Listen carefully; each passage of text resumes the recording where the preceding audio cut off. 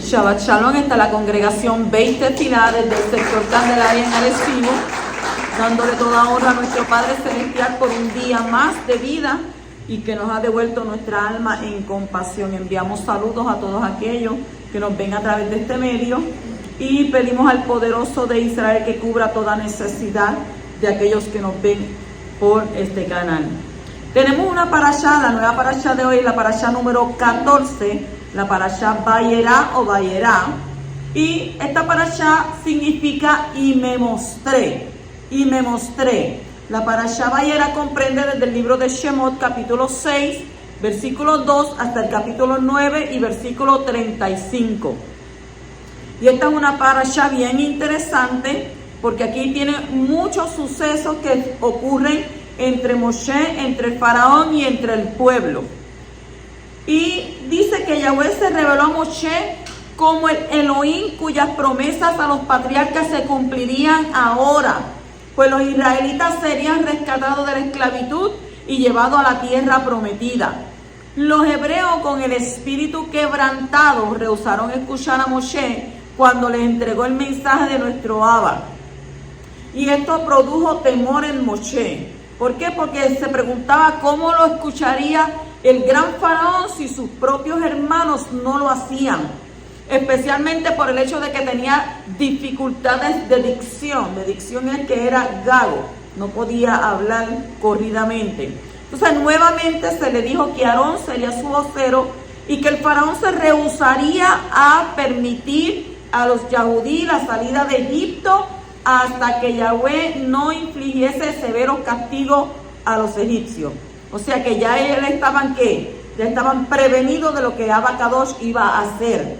Y Moshe tenía 80 años y Aarón 83 cuando partieron a cumplir su misión, sabiendo que Paró se impresionaría con un acto mágico.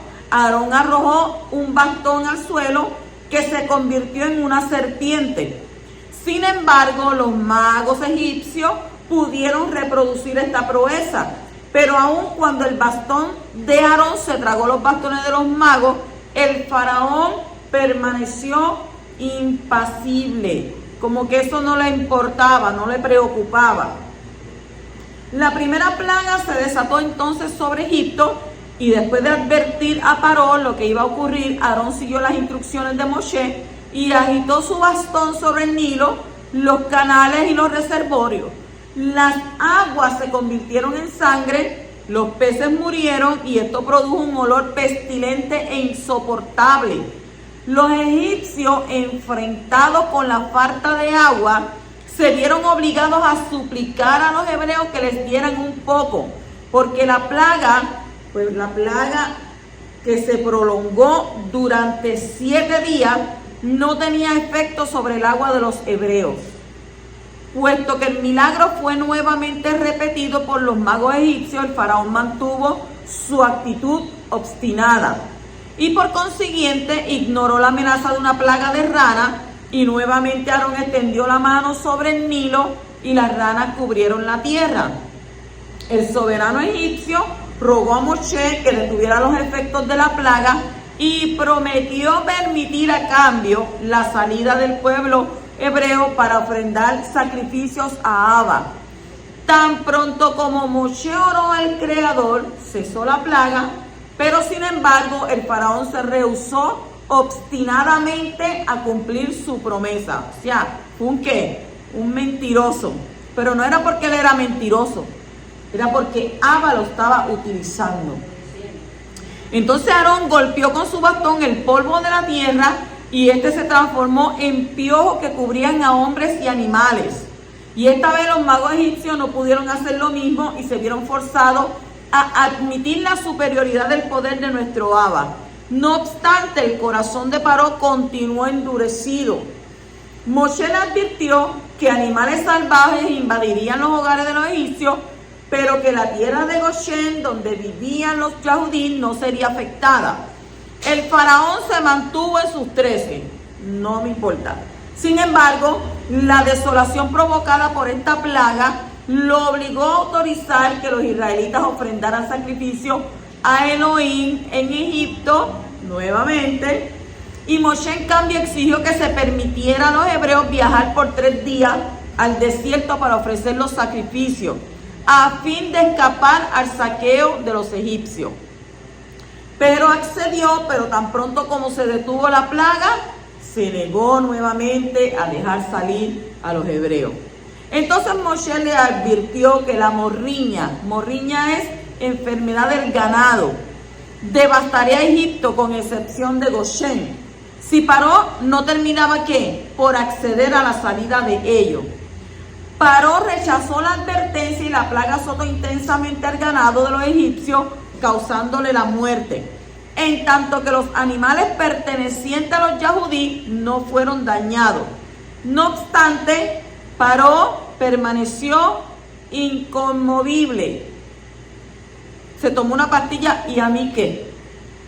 No le importaba nada. Y a continuación Moshe arrojó ceniza hacia los Shamayim en presencia de Paró. La ceniza se convirtió en polvo y este causó una epidemia de furúnculos dolorosos, tanto en los hombres como en las bestias. Furúnculos son como unos chichones que se le brotan, y entonces a todos los hombres le dio, a todas las bestias. Y los propios magos de Paró fueron afectados, pero él no cambió de opinión. Se mantuvo ahí en lo que dijo, que no, es que no y que no se van. Se le dijo entonces al faraón que si no cedía, caería sobre Egipto un torrente de granizo que destrozaría las cosechas y diezmaría el ganado que aún quedaba. Se le aconsejó que cubriera personas y animales para salvarlos de la muerte. Y algunos egipcios atendieron la advertencia y buscaron refugio junto con el ganado. Entonces Moshe extendió su bastón hacia los Shamayim y una terrible tormenta de truenos, relámpagos, granizo arrasó el país, excepto que Goshen. ¿Matando a qué? Matando a hombres, matando a bestias, destruyendo cosechas. El granizo era de naturaleza inusual.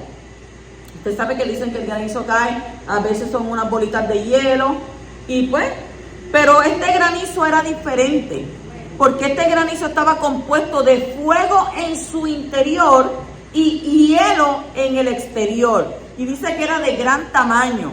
Y esta vez Paró reconoció su error, pero cuando cesó la tormenta, su corazón se endureció nuevamente como una piedra. ¿Usted puede creer eso? ¿Qué cosa tan tremenda? Está bien, órale a tu Abacadosh, pero una vez que cese todo, pues no, es lo que yo digo, es mi palabra. Pero diríamos, pero ¿qué clase de hombre puede tener el corazón tan duro? Un hombre que solamente Abba lo puede utilizar, porque el faraón fue utilizado por nuestro Abacadosh. Y él era como un títere en las manos de nuestro Padre Celestial. Él hacía lo que Abba decía. ¿Hasta cuándo? ¿Hasta cuándo iba a hacer eso? Hasta que él reconociera el esplendor de quien era el único Elohim en el universo, Abacadosh. Entramos al capítulo 6 y versículo 3. Comenzamos con esta parashá y dice: y me aparecía a Abraham, a Yitzhak y a Jacob como Elohim Todopoderoso, mas por mi nombre no me di a conocer a ellos. Esto no quiere decir que los patriarcas no sabían cuál era el nombre personal de Abba. Desde Bereshit, Génesis 2:4, había sido conocido su nombre, Yod-Hei Vav-Hei, y los patriarcas habían recibido la tradición oral desde Adán, según Génesis 4:1, 24, 31. Además encontramos que en Bereshit 4:26 a los hombres ahí empezaron a invocar el nombre de Yahweh. En Bereshit 15:2, Abraham está mencionando el nombre de Abba en su oración. Y luego está escrito que Abraham creyó a Yahweh y le fue contado por justicia, según Bereshit 15:6. Y en Bereshit 17:1 está escrito: Cuando Abraham tenía 99 años, Yahweh se le apareció y le dijo: yo soy el Shaddai, anda delante de mí y sé perfecto. Y esto nos enseña que los patriarcas conocían el nombre de Yahweh, según Bereshit, capítulo 26, versículos 21 al 25, y capítulo 28, 10 al 16. Le doy los textos para que usted luego los busque en la Torá y vea que ellos sí conocían el nombre. Entonces, ¿cómo vamos a entender esta palabra? El poderoso se revela mediante sus diferentes nombres. Cada nombre revela una acción que está de acuerdo al significado de su nombre. Y de esta manera hay que entender este versículo. Hay una acción implicada en la revelación del nombre Yod-Heh-Vav-Heh, y esa acción todavía no había sido revelada en su totalidad a los patriarcas. Pero sí les fue revelada la acción que está implícita en el nombre de El Shaddai. El nombre El Shaddai puede entenderse principalmente de dos maneras: como el Elohim, o el Dios Todopoderoso, y el Elohim todo suficiente. Ese es el Shaddai. Los patriarcas habían conocido al infinito con ese nombre, que corresponde a esa manera específica de actuar hacia ellos y el resto del mundo. Y habían conocido la mano protectora del Shaddai cuando pasaban por peligros. Y habían conocido sus milagros sobrenaturales en la creación. Y habían experimentado que el Shaddai les había dado todo lo que necesitaban para estar satisfechos. Asimismo es para nosotros en el día de hoy. Abba te da solamente lo necesario. Si te da de más, tu corazón se va a poner mezquino. Y si te da de menos, entonces te vas a virar en contra de Él. Pues entonces Él te da ¿qué? Él te da lo necesario para que vivas una vida satisfecha.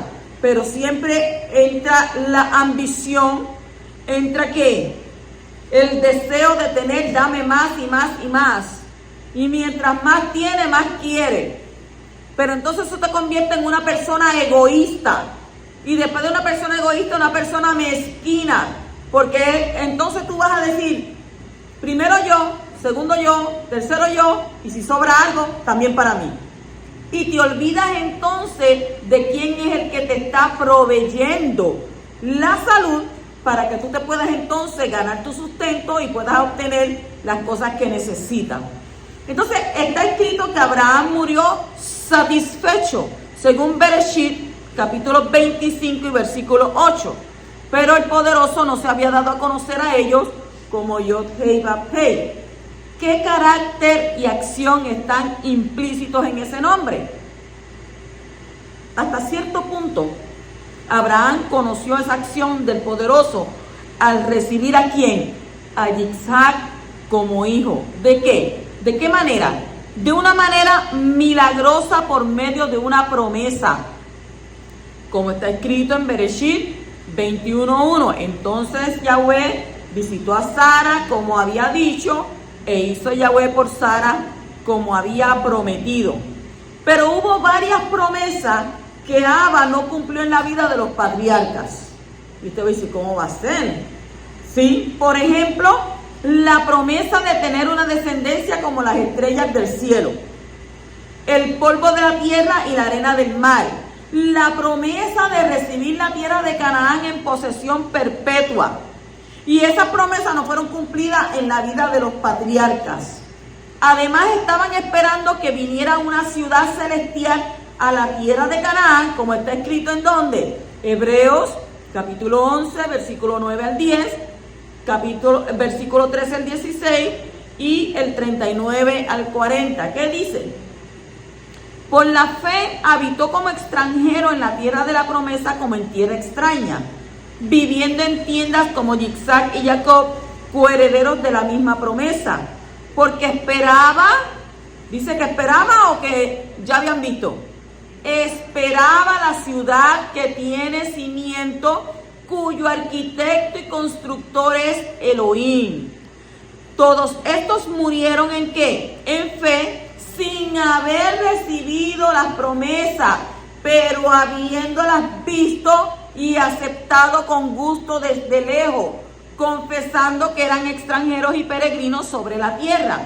Porque los que dicen tales cosas claramente dan a entender que buscan su propia patria. Y si en verdad hubieran estado pensando en aquella patria de donde salieron, habrían tenido oportunidad de volver. Pero en realidad anhelaban una patria mejor, es decir, la celestial. Por lo cual Yahweh no se avergüenza de ser llamado Elohim de ellos, pues les ha preparado una ciudad. Y todos estos, habiendo obtenido aprobación por su fe, no recibieron la promesa, porque Elohim había provisto algo mejor para nosotros, a fin de que ellos no fueran hechos perfectos sin nosotros. Miren qué palabra. Así que el poderoso no se dio a conocer a los patriarcas con el nombre de Yod-Hei Vav-Hei, en el sentido de cumplir todas las promesas. Además podemos destacar dos significados más de ese nombre. Los dos nombres del Eterno más usados en la Escritura son ¿cuáles? Elohim y Yahweh. El nombre Dios aparece unas 2500 veces en el Tanakh, lo que le dicen en el Antiguo Testamento. Y Yahweh aparece casi 7000 veces. ¿En dónde? Toda la Escritura. Y aunque Yahweh sea el nombre personal del Eterno y Elohim un nombre genérico, porque usted sabe que eso es un título, los rabinos ven en estos dos nombres una tendencia de diferentes emanaciones del infinito que al mismo tiempo son opuestos y complementarios. El nombre de Yahweh está relacionado con la misericordia. ¿Qué misericordia? La misericordia del infinito.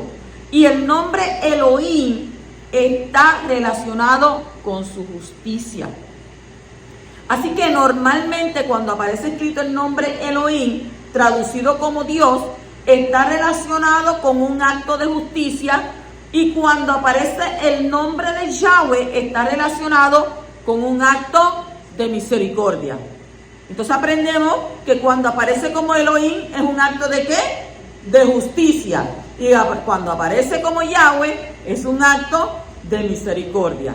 Entonces de esta manera podemos sacar la conclusión de que los patriarcas no habían conocido el carácter y la manifestación de la misericordia del poderoso como ahora los hijos de Israel lo iban a experimentar.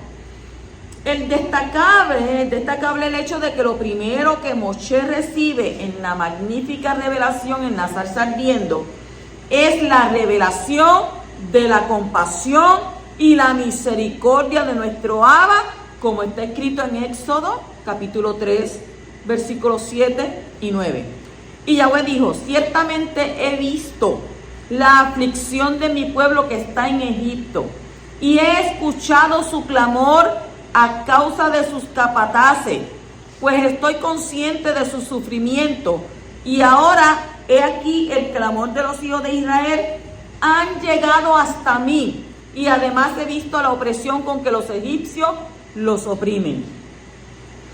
Oiga, cuando usted hace una oración delante del poderoso y usted ora con el corazón contrito y humillado, Abba escucha esa oración. Y si es alguien que se ha levantado en contra tuya, como dice aquí, ¿qué está diciendo ahí la palabra? Que ellos oraron por ¿quiénes? Por los capataces que los oprimían. Y dice que Abba escuchó esa oración. Cuando tú oras a Abba por alguien que te oprime, por alguien que te humilla, por alguien que quiere pasar por encima de ti, por alguien que no reconoce que tu Elohim es el Elohim de Israel, Abba Kadosh entonces mete la mano. ¿Para qué? Para pelear por nosotros. Entonces, esta manifestación de la misericordia del poderoso no había sido conocida por Abraham, Isaac y Jacob. Además, encontramos en este nombre otro aspecto que está relacionado con los dos anteriores, que es la redención, como está escrito en Éxodo 3, 8 y 10. Y dice: y he descendido para librarlo de la mano de los egipcios y para sacarlos de aquella tierra a una tierra buena y espaciosa, a una tierra que emana leche y miel. Y ahora pues, ven y te enviaré a Faraón para que saques a mi pueblo, los hijos de Israel, de Egipto. Los hijos de Israel necesitaban una redención para poder salir de Egipto. Cuando uno o varias personas han llegado a una situación de peligro, de esclavitud, de pobreza, de enfermedad o algo semejante y no tienen los medios para salir de allí, necesitan entonces una redención para poder salir de esa situación. Y un redentor es una persona que tiene la capacidad para sacar a los que necesitan ser redimidos. Y en este caso, el poderoso se presenta como redentor. ¿Para qué? Para sacar a los hijos de Israel de Egipto, porque ellos no pueden hacerlo por sí mismos. Como está escrito en Éxodo 15:13. En tu misericordia has guiado al pueblo que has redimido, con tu poder lo has guiado a tu Kadosh morada. Que dice también en Devarim capítulo 9 y versículo 26. Y oré a Yahweh y dije, oh Yahweh eterno, no destruyas a tu pueblo, a tu heredad, que tú has redimido con tu grandeza, que tú has sacado de Egipto con mano fuerte. Dice en Salmo, Tehillim 77:15, con tu brazo has redimido a tu pueblo. ¿A quiénes? A los hijos de Jacob y de Joseph. Mire qué bonita la escritura cuando nos lleva de libro en libro y nos va explicando. Entonces los patriarcas no tuvieron la experiencia con el poderoso como el gran redentor. Ahora Yahweh se manifiesta a los hijos de Israel como redentor. ¿Para qué? Para liberarlos de la esclavitud. Los hijos de Israel eran esclavos. ¿Cómo ellos llegaron a ser esclavos? Un esclavo no tiene el derecho de su propia vida. No es dueño de sí mismo. La gente que trabaja no son dueños de su tiempo. La gente que trabaja, el patrón o el jefe que tienen, ese es el dueño de su tiempo. Y muchos dirán, ay, pues yo vivo esclavizado, trabajando. Bueno, esas son otras cosas que si no trabajas, pues no puedes comer. La escritura también lo dice. El que no trabaje, que no coma. Pero otra persona es el dueño de tu tiempo. Otra persona es el dueño tuyo. Entonces ahí te consideras ¿qué? Un esclavo. Y para nosotros es difícil entender esto porque no lo hemos vivido. La esclavitud de los hijos de Israel no significaba solamente que tenían que trabajar duramente, sino que no eran dueños de sí mismo. Una persona que es esclava no es dueña de sí misma. ¿Pertenecían a quién? Ellos pertenecían al faraón. La Torá no revela en detalle cómo llegaron ellos a ser esclavos, porque usted sabe que cuando José vivía, ellos vivían en Goshen. Y entonces, ¿de qué manera ellos llegaron a ser esclavos? El Midrash da su explicación, pero el hecho de que eran esclavos implica que en algún momento tenían que haber perdido la libertad. O se vendieron como esclavos por propia voluntad, o fueron obligados a ser esclavos por la fuerza. Lo cierto es que eran esclavos y como tales eran posesión ¿de quién? Del faraón. Esto implica que Abba no podía sacarlos de Egipto sin el permiso de su dueño.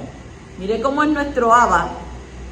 Por eso vemos que Moshe no ordenó al faraón dejar ir a los hijos de Israel para celebrar fiesta al poderoso, sino simplemente le pidió permiso, hasta rogando, como está escrito en donde, Éxodo capítulo 5, versículo 3, porque usted dice, ay, ya se está inventando 4 cosas. No, la Torá dice, entonces ellos dijeron, el Elohim de los hebreos nos ha salido al encuentro, déjanos ir, te rogamos, camino de 3 días al desierto, para ofrecer sacrificio a Abba, nuestro Elohim, no sea que venga sobre nosotros con pestilencia o con espada. Jurídicamente, el poderoso no podía reclamar a los hijos de Israel porque estaban bajo la autoridad del faraón y eran su posesión. Si el poderoso los hubiera sacado sin el permiso del faraón, ¿sería qué? ¿En qué se convertiría? En un ladrón. Y no respetaría entonces el principio de autoridad que él mismo había establecido. Por esto Moshe tenía que pedir ¿qué? Permiso. ¿Hasta cuántas veces? Hasta 7 veces para sacar a los hijos de Israel. Según escrito, capítulo 5, versículo 1, capítulo 7, versículo 16, capítulo 8, versículo 1, en el 7, 26, el 20, y en el capítulo 9, versículo 1, y capítulo 10, y versículo 3. 7 veces pidió permiso Moshe para sacar a los hijos, y en ninguna de estas ocasiones está escrito que Yahweh ordenó al faraón que soltara al pueblo. El poderoso no puede cometer ningún acto de injusticia, como está escrito ¿en dónde? Salmo 145, 17. Justo es Yahweh en todos sus caminos y bondadoso en todos sus hechos. Por otro lado, Yahweh tenía toda la autoridad sobre el faraón. Mire esto. O sea, los israelitas eran esclavos del faraón. Pero ¿quién era el dueño del faraón? Abba. Abba tenía toda la autoridad sobre el faraón. Y fue él quien le había puesto como rey en Egipto. Romanos 13, 1 al 6. Delegándole parte de su propia autoridad. Por lo tanto, Yahweh tiene el derecho de juzgar las acciones del faraón, y esa también fue parte de la misión de Moshe, que actuaba como Elohim en este caso como rey, con el caso sobre el rey de Egipto. Las plagas vinieron porque el rey de Egipto, junto con su pueblo, no habían respetado las leyes del poderoso, que son para todos los hombres de la tierra. ¿Por qué vinieron las plagas? No, porque para sacar a los... ¿Por qué vinieron las plagas? Porque el rey de Egipto, junto con su pueblo, no había respetado las leyes del poderoso, que son para todos los hombres de la tierra. Moshe fue enviado con 2 propósitos principales: juzgar la autoridad que no estaba cumpliendo su función según la voluntad de aquel que la puso en su lugar, y redimir a los hijos de Israel de su esclavitud. Esas eran las 2 funciones. Entonces Elohim, como el juez justo que dicta y ejecuta sentencia sobre un gobierno maligno, y Yahweh como el misericordioso redentor que saca a su pueblo de la esclavitud. Elohim como qué? Como juez justo, y Yahweh como qué? Como misericordioso redentor. De la misma manera, el poderoso se ha manifestado en su hijo Yeshua, el ungido. Cuando él fue manifestado al mundo, vino con los 2 propósitos: juzgar el príncipe de este sistema mundial y su pueblo, y sacar a los hijos de Israel de la esclavitud del pecado y de la muerte. ¿Ven? En Yeshua es revelada la justicia de Elohim y la misericordia ¿de quién? De Yahweh.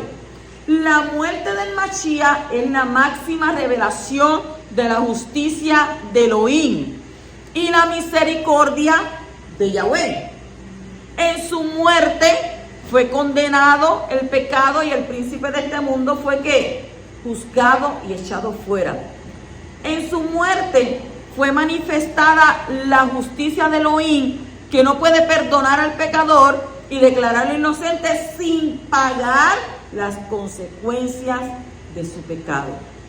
Usted comete un pecado, una transgresión, Abba te perdona, pero tienes que pagar las consecuencias. Eso no es de que, ay, sí, tú me perdonas y yo te pido perdón y yo sé que porque como tú eres un Elohim bueno y como tu palabra dice que tú eres amor, y nos olvidamos de que dice que eres fuego consumidor. Y nos olvidamos de que toda causa, todo efecto tiene una causa. Y que hay una justicia divina. Y mucha gente le dice, ay, el karma, ¿qué karma? Todo lo que tú hagas negativo, transgrediendo, vas a pagar las consecuencias. Y eso no te lo despinta nadie. Y si tenemos un ejemplo, pues tenemos el ejemplo de David.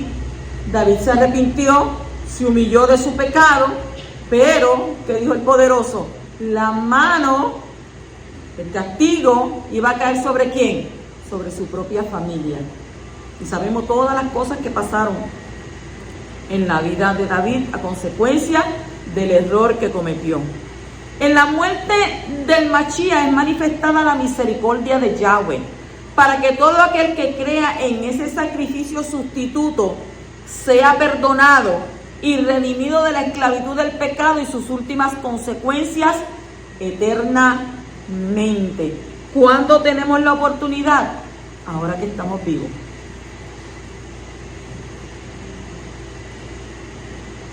En el capítulo 6 y versículos 6 al 8 dice: por tanto di a los hijos de Israel, yo soy Yahweh, y os sacaré de debajo de las cargas de los egipcios, y os libraré de su esclavitud, y os redimiré con brazo extendido y con juicios grandes. Y os tomaré por pueblo mío, y yo seré vuestro Elohim, y sabréis que yo soy Hashem vuestro Elohim, que os sacó de debajo de las cargas de los egipcios. Y os traeré a la tierra que juré dar a quién, a Abraham, Isaac y a Israel, y os la daré por heredad. Yo soy Yahweh. Y en este texto encontramos 7 promesas. 7 promesas. Las 4 primeras de ellas están relacionadas con las 4 copas que se beben en la celebración de Pesach. De la siguiente manera: número 1, cuando dice os sacaré, esa es la primera copa llamada ¿qué? Kiddush, de santificación. Número 2, os libraré, esa es la segunda copa llamada juicio. Número 3, os redimiré, esa es la tercera copa llamada redención o bendición. Número 4, os tomaré, esa es la cuarta copa llamada alabanza. Cuando hacemos el Pesach, ¿verdad? ¿Tomamos cuántas copas? 4. Número 5, yo seré vuestro Elohim. Número 6, os traeré. Y número 7, os la daré. Parece como rima. Número 1, os sacaré, os libraré, os redimiré, os tomaré, yo seré vuestro Elohim, os traeré y os la daré. 7 promesas que encontramos en este texto. Y las primeras 4, que son las que están relacionadas con la copa, con las 4 copas que se beben en la celebración de Pesach. En el capítulo 7 y versículo 3 dice: pero yo endureceré el corazón de Faraón para multiplicar mis señales y mis prodigios en la tierra de Egipto. Desde nuestro punto de vista podemos decir que el endurecimiento del corazón del Faraón no es debido a una decisión predeterminada del poderoso, porque violaría el principio de la libertad para elegir. Yahweh le dio muchas oportunidades al Faraón para arrepentirse de su pecado, según está escrito en segunda de Kefas de Pedro, capítulo 3, versículo 9, que dice: el poderoso no se tarda en cumplir su promesa. Según algunos entienden la tardanza, sino que es paciente para con vosotros, no queriendo que nadie perezca, sino que todos vengan al arrepentimiento. Por eso es que Abba muchas veces no hace nada dándote tiempo para que te arrepientes, para que llegues a un arrepentimiento, para que entonces diga, Abba, tú has tenido misericordia para conmigo. Entonces, primera de Timoteo, capítulo 2 y versículo 4, ¿qué dice? El cual quiere que todos los hombres, algunos, todos, sean salvos y vengan al pleno conocimiento de la verdad. Yahweh le dice a Moshe que él va a endurecer el corazón del faraón para multiplicar sus señales y prodigios. Sin embargo, vemos como el poderoso no endurece el corazón del faraón. ¿Hasta cuándo? Hasta después de haber pasado 5 plagas. Mientras tanto, él no lo endureció. ¿Cuántas plagas fueron? 10 plagas. Pero no endurece el corazón hasta después de haber pasado 5 plagas. Durante las 5 primeras plagas, fue el mismo faraón que fortaleció su corazón para no hacer caso a la palabra de Abba. Según el Midrash, las 5 primeras plagas duraron 5 meses. Y el poderoso prometió fortalecer el corazón del faraón para que él siguiera en su decisión rebelde y no perdiera esa fuerza para resistir al poderoso. Y usted dirá, wow, pero ¿cómo es eso posible? El mismo Abba le estaba dando ¿qué? Fortaleza. Según el Midrash, las 5 primeras plagas, que usted sabe que duraron 5 meses, pero Yahweh en ese tiempo fortaleció el corazón del faraón para que él siguiera, ¿en qué? En su decisión rebelde, para que no pudiera resistirlo, para que él pudiera, ¿verdad?, seguir en esa fuerza, resistir. Si Yahweh no hubiera fortalecido su interior, no podría haber hecho los últimos grandes milagros ante todo el mundo. Así que Yahweh se aprovechó de la obstinación del faraón cuando él ya había tomado la decisión de ir por el camino rebelde. En Éxodo 7:3 también vemos cómo el poderoso dice que va a endurecer el corazón del faraón. La palabra hebrea es kashá, K de kilómetro, A, S, H, A acentuada, kashá. ¿Qué significa kashá? Ser duro, difícil. No se sorprende cuando yo le diga kashá. Es la única vez que la palabra endurecer aparece en relación con el faraón. En las primeras 5 plagas vemos cómo el faraón fortalece su propio corazón en su rebeldía. ¿Dónde? En Shemot, Éxodo, capítulo 7, versículo 13 y 22. Capítulo 8, versículo 19. Versículo 9, capítulo 9 y versículo 12 y 35. Capítulo 10, versículos 20, 27. Capítulo 11, versículo 10. Capítulo 14, versículo 4, 8 y 17. Ahí es donde habla que el corazón se volvió en rebeldía. Y de todos estos textos aprendemos que cuando una persona se empeña en rebelarse contra la voluntad del poderoso, llegará a un punto donde la Hanán, la gracia de Abba, se retira y ya no habrá más posibilidad de arrepentimiento. Tenemos que tener cuidado cuando nos ponemos obstinados, cuando ya no queremos servirle a Abba, porque entonces que Él va a retirar de nosotros su cobertura, su gracia, y entonces para usted no va a haber posibilidad de arrepentimiento. Y si no hay posibilidad de arrepentimiento, adiós con el corazón, que con el alma no puedo. A despedirte. Entonces, ya cuando una persona hace esto, que no tiene la posibilidad de arrepentimiento, ya pasó la raya. Y es juzgada para ser un vaso de ira preparado para la destrucción. ¿Y qué es preparado para la destrucción? Como está escrito en Romanos 9:22. ¿Y qué? Si Elohim, aunque dispuesto a demostrar su ira y hacer notorio su poder, soportó con mucha paciencia a los vasos de ira preparados para su destrucción. Después de ese punto decisivo, el poderoso fortalece a la persona en su rebeldía con un triple propósito. ¿Tú no le quieres servir? ¿Te quieres poner rebelde? Vamos a ver esos tres propósitos que Yahweh te va a fortalecer. Primero, para fortalecer la decisión de la persona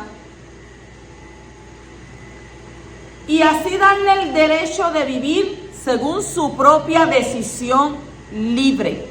Mire eso. Para fortalecer la decisión de la persona. No te voy a servir, no quiero seguir, voy a andar por donde yo quiera, voy a hacer lo que yo quiera, voy a vivir como yo quiera. Esa es tu decisión. ¿Está bien?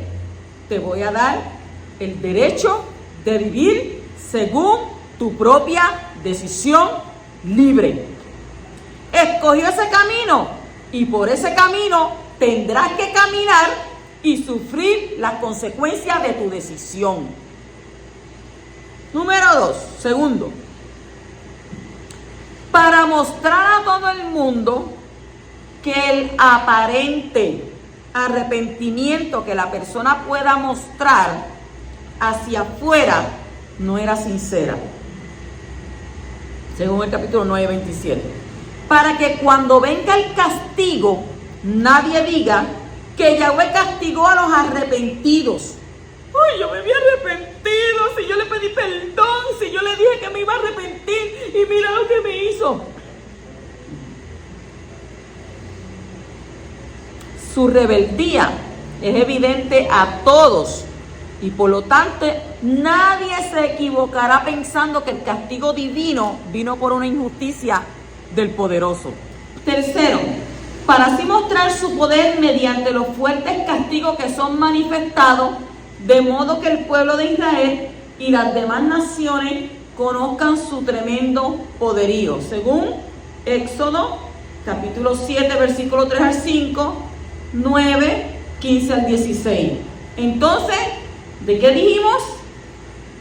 Que la persona ahora le fortalece en su ¿qué? En su rebeldía. Y la fortalece con tres propósitos. Y dijimos que número 1 era ¿para qué? Para fortalecer la decisión de la persona y darle el derecho de vivir según su propia decisión libre. Y escogió ese camino y por ese camino tendrá que caminar y sufrir las consecuencias de su decisión. En el número 2 dijimos, para mostrar a todo el mundo que el aparente arrepentimiento que la persona pueda mostrar hacia afuera no era sincera. Para que cuando venga el castigo no diga que Yahweh castigó al que estaba arrepentido. Y su rebeldía, que es evidente a todos, y por lo tanto nadie se equivocará pensando que el castigo divino vino por una injusticia de nuestro Abba. Y tercero, para mostrar su poder mediante los fuertes castigos que son manifestados, de modo que el pueblo de Israel y las demás naciones conozcan su tremendo poderío. En el capítulo 7 y versículo 12 dice, pues cada uno echó su vara, las cuales se convirtieron en serpientes, pero la vara de Aarón devoró las varas de ellos. No dice que fue la serpiente de Aarón que devoró las serpientes de ellos. De allí el Talmud y el Midrash enseñan que después de haberse convertido otra vez en vara, devoró entonces las varas de los demás.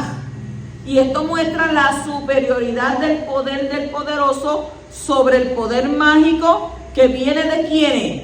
De los demonios.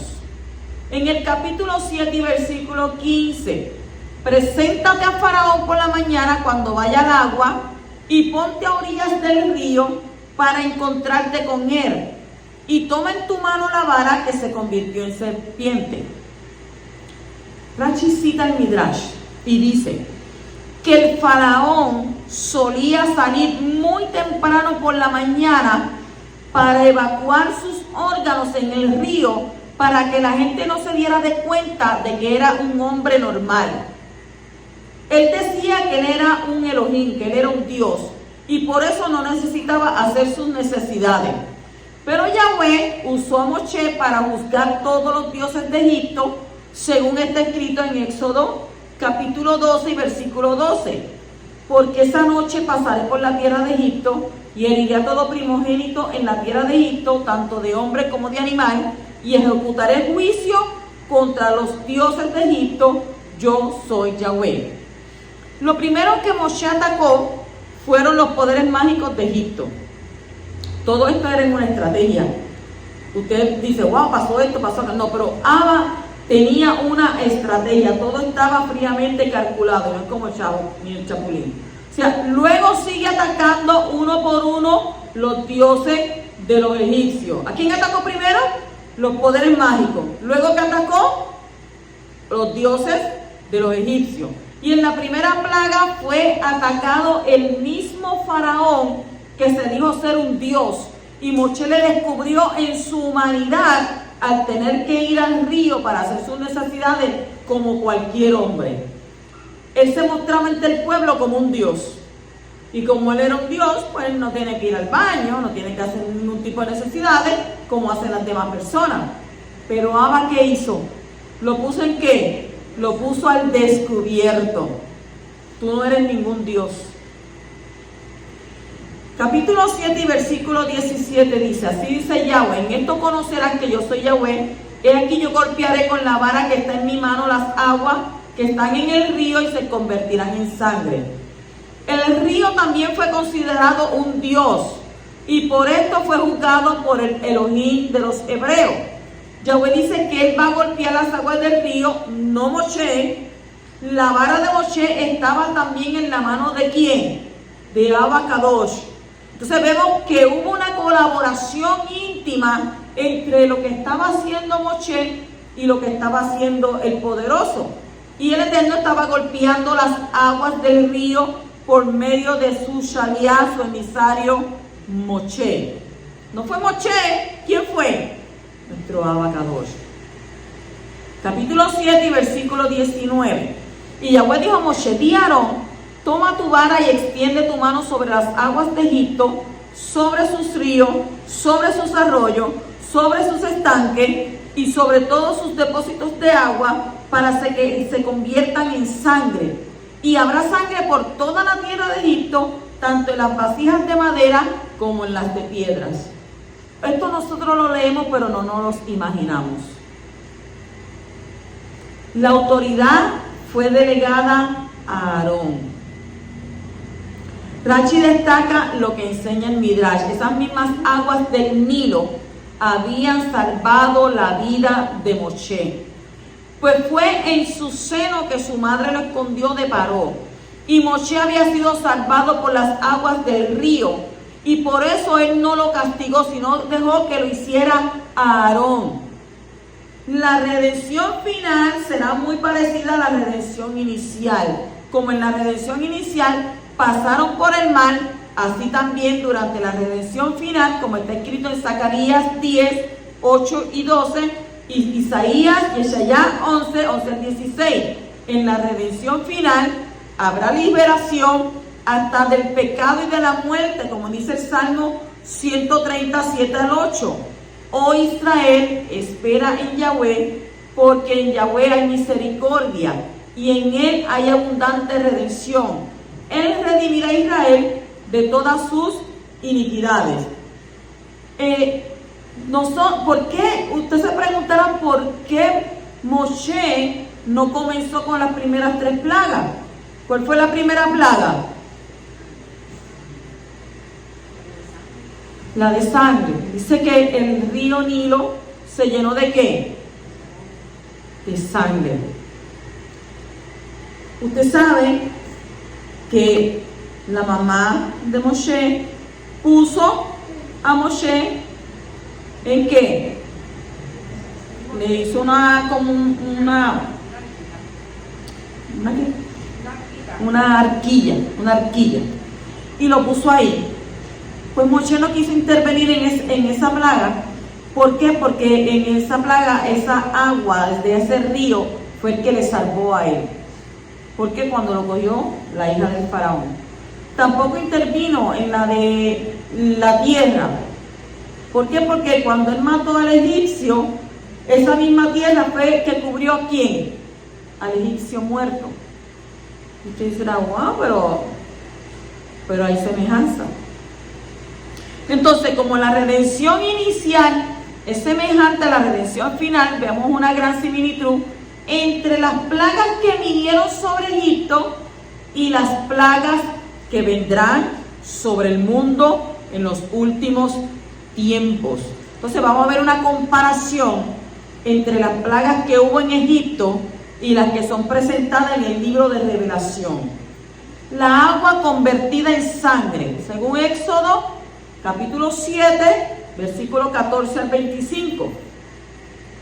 En Revelación, Gilgalud, Apocalipsis, Revelación 8, 8 y 16, 3 está escrito: el segundo Malach tocó la trompeta y algo como una gran montaña ardiendo en llamas fue arrojada al mar, y la tercera parte del mar se convirtió ¿en qué? En sangre. El segundo Malach derramó su copa en el mar y se convirtió ¿en qué? Sangre como de muerto. Usted se podrá imaginar la peste. Y murió todo ser viviente que había en el mar. Esa fue la de sangre. La número 2 fue la de las ranas.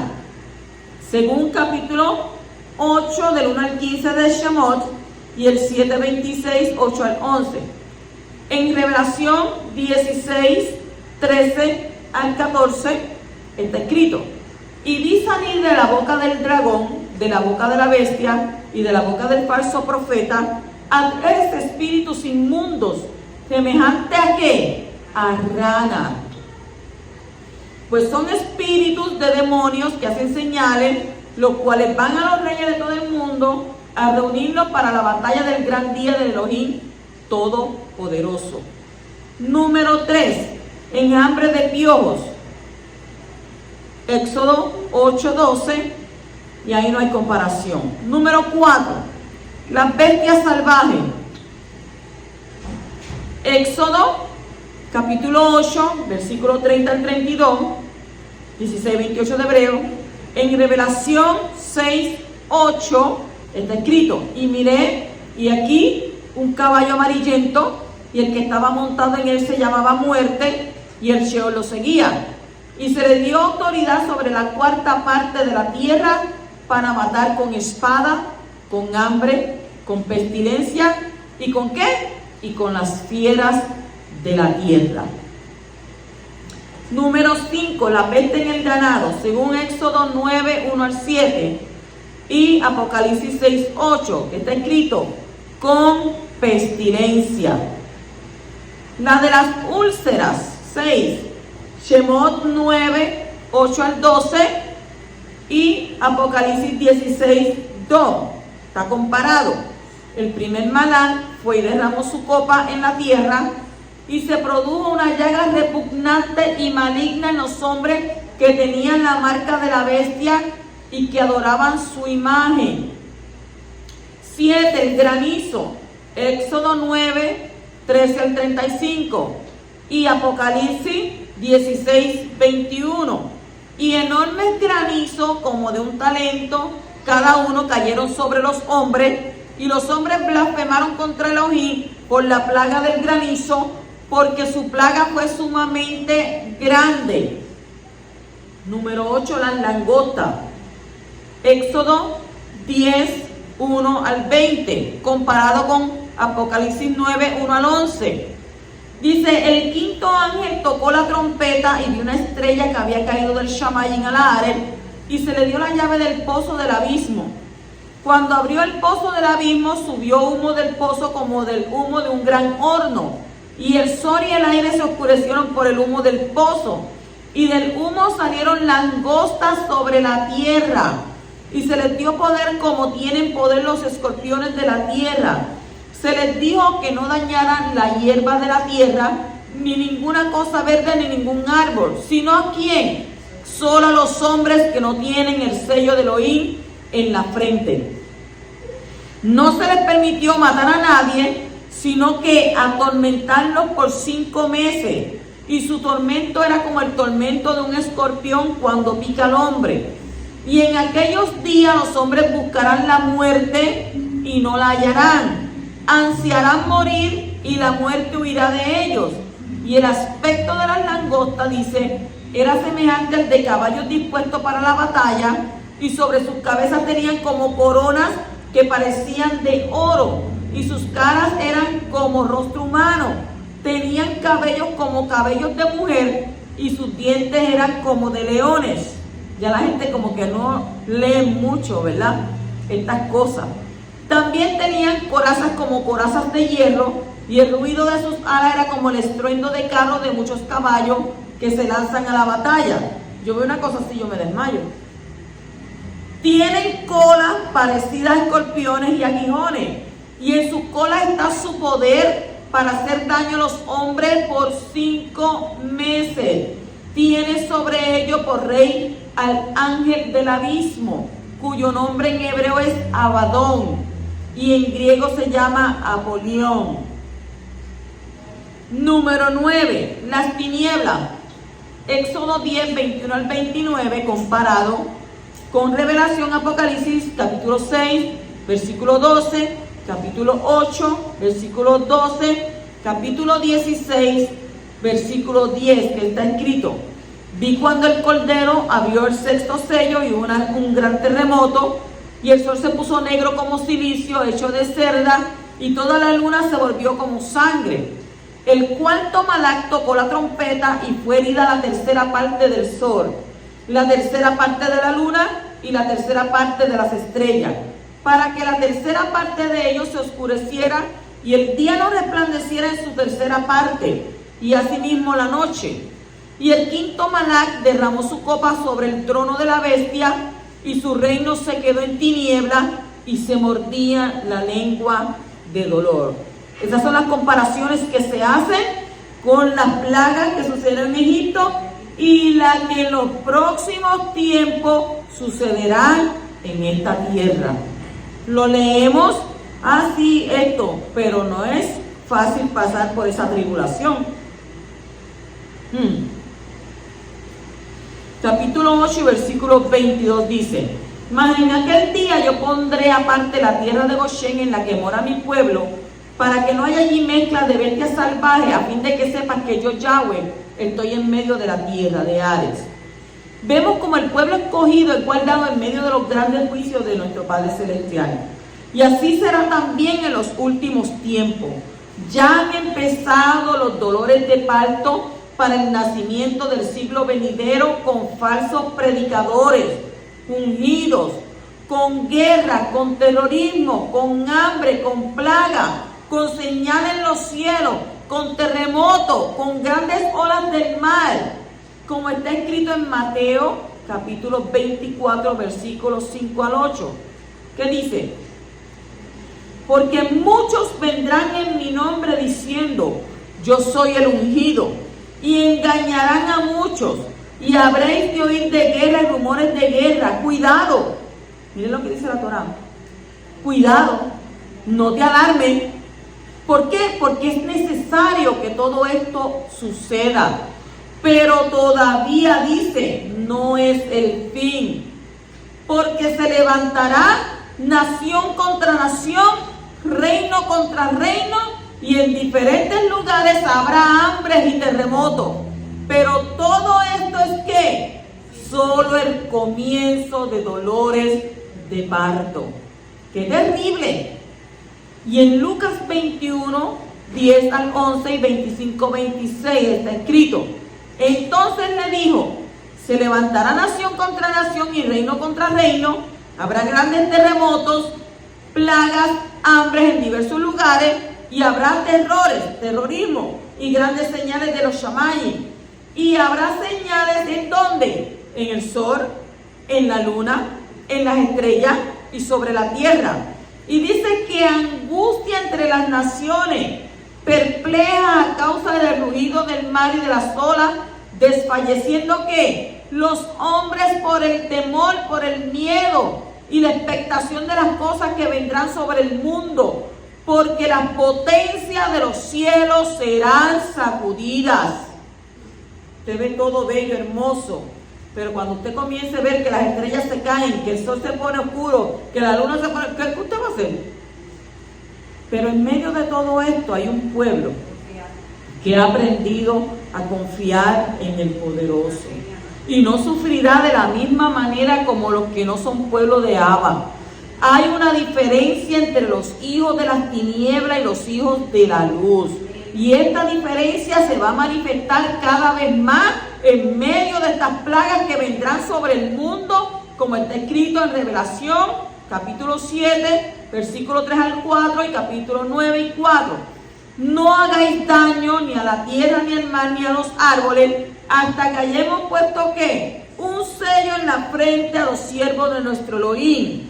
Y oí el número de los que fueron sellados, 144,000 sellados de todas las tribus de los hijos de Israel. 12,000, 12,000, 12,000, 12,000. ¿Para que dé un total de qué? 144,000 sellados de todas las tribus. Y se les dijo que no dañaran la hierba de la tierra, ni ninguna cosa verde, ni ningún árbol, sino solo a los hombres que no tienen el sello de Elohim en la frente. Oiga, yo sí quiero tener ese sello. El sello de mi Abba, yo lo quiero tener. Capítulo 9, versículo 4, seguimos. Pero Yahweh hará distinción entre los ganados de Israel y los ganados de Egipto, y nada perecerá de todo lo que pertenece a los hijos de Israel. En medio de las plagas de los últimos tiempos, habrá una providencia especial de parte de nuestro Padre Celestial, de modo que podremos sobrevivir de manera sobrenatural. En estos tiempos que van a venir, usted sabe lo que es sobrenatural, así vamos a vivir de manera sobrenatural, incluso cuando no tendremos derecho de comprar ni de vender, según Revelación capítulo 13, versículo 17. ¿Por qué? Porque su palabra dice que Él no abandona la obra de sus manos. Shabbat shalom.